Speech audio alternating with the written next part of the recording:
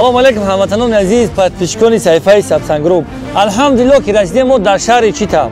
ҳамватанони азиз, мо инрес фикр кардем ки табиат хубай, табиат аввали баҳоре базеба ба шумо ба навор мегирем, табиати хуба шуморо нишон медиҳем.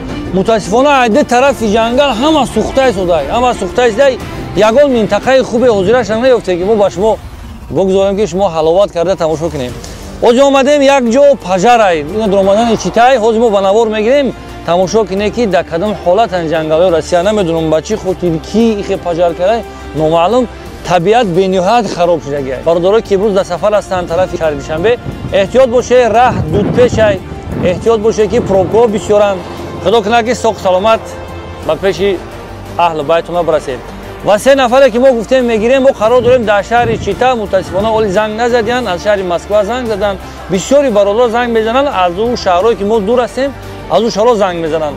мутаассифона мо ба ӯ шаҳрҳо намегзарем. такроран мегӯм, Чита, Иркутск, Красноярск, Новосибирск, Қазоқистон, Ӯзбекистон бигзор бошад. мегирем мебарем.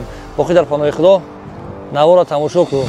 эҳтиёт кине, насӯзе бо, насӯзе.